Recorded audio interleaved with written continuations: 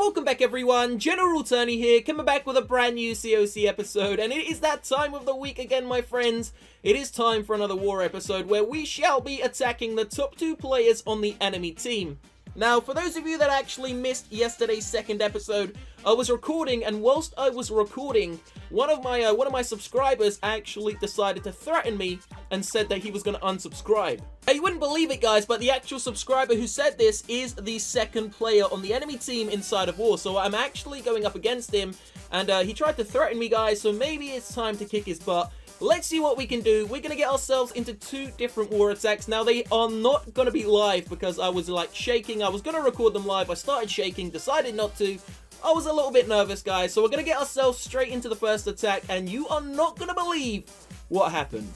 So this is number 1. I decided to take on number 1 first. This guy is called Mr. Mud. Now, number 2 is the guy who actually threatened me, and I'm going to show you that attack in a few moments' time. But you are not going to believe what happened on this base, guys. So check it out. I am using a bowler, healer, wizard attack strategy, and I thought I was going to 3-star this base. I honestly thought that I had a good shot at doing it, and you will not believe, take a guess in that comment section. Honestly, take a guess down below, guys. What percent do you think I got on this base? Loads of you probably got it in your mind. Let me know down below in that comment section. Oh, 10%. Sorry about that, guys. So check it out. Jump spell's going to go in. I used a different spell composition this time. I decided to use Jump, Freeze, Heal, and 2 Rage. And it really worked so damn perfect. Check this out. So the Jump spell's already into the core. Gonna drop down the Heal spell to make sure that those balloons do not wipe out my bowlers. And it worked great. Check it out. The balloons get taken out. There goes the Town Hall. The Barbarian King's ability is about to get used. Did we just miss the Barbarian King? I think I missed his ability there. So we've taken out both Inferno Towers. The bowlers are still in the center. The Golem's still alive. Oh, double big bomb's about to wipe out all of those. And we managed to, do a decent amount of damage to the base so far. Now, in order to 3-star a Town Hall 11 base like this, when you are using a similar attack strategy, you kind of have to ensure that the healers are still alive, because the healers are what's going to keep the Archer Queen up and alive, and hopefully you can keep her ability and don't have to use it. So I am in a very good position here. Check it out. The healer's alive. 3 healers are alive.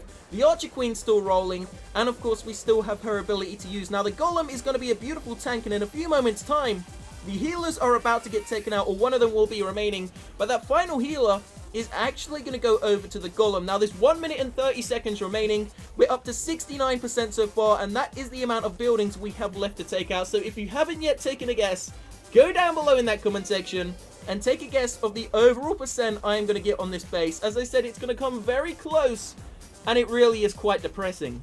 So the Golem has now got the actual healer on her, as I said, guys. The Queen and the Grand Warden are going around the outside, and it's just such a perfect raid so far. I mean, the Golem is tanking, taking all of the hit points from the defenses. The Queen is being sneaky, going around the outside, and in a second, it literally couldn't get any better, guys. The Golem is about to pull away, go up there and take the heat from the Expo, and maybe even the Wizard Tower, whilst the Queen and the Grand Warden go around the outside. Now, we got a couple of archers. I decided to drop them down the bottom. They're going to take out those few buildings, and all that's remaining is the buildings up the top. Now, there are only 40 seconds left inside of this raid, guys. The Golem is doing its job.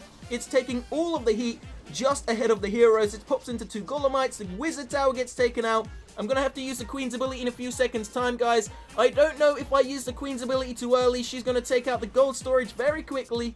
Go on to take out the Expo. Maybe I should have saved it for the Expo.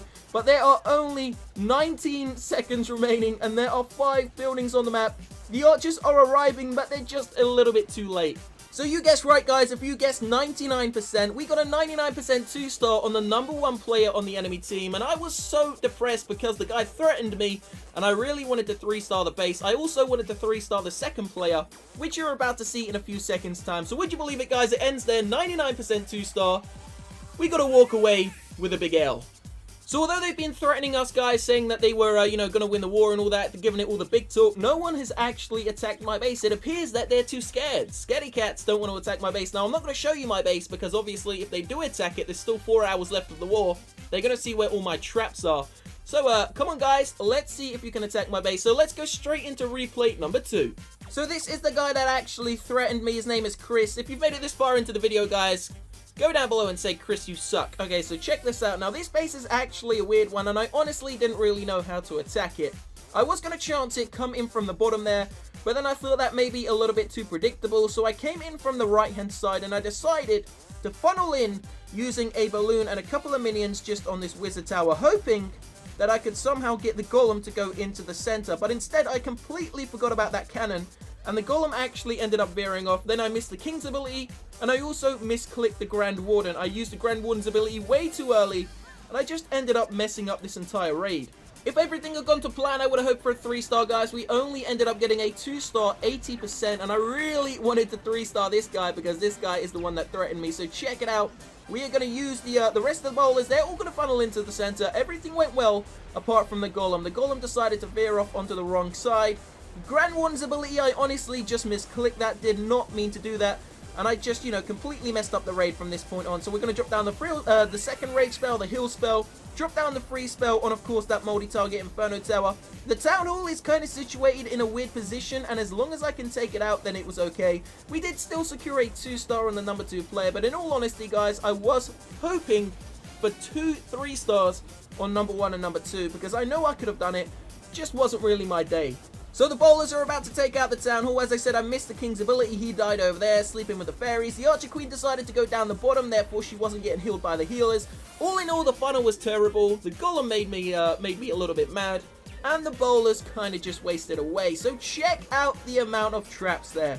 That is what would have happened if I'd gone in from the bottom right as I first actually wanted to. There goes an air mine. The healers would have been exterminated in seconds. So coming in from the right hand side or even the top would have been the best thing to do against a base like this, guys. Remember, most people who make bases like this expect you to come in from the easiest looking side. So go in from a side which doesn't look too easy and is going to, you know, kind of leave them unexpected. So I came in, I believe, from the right side, guys, which, although we didn't 3-star, still got a decent percent, 80% overall.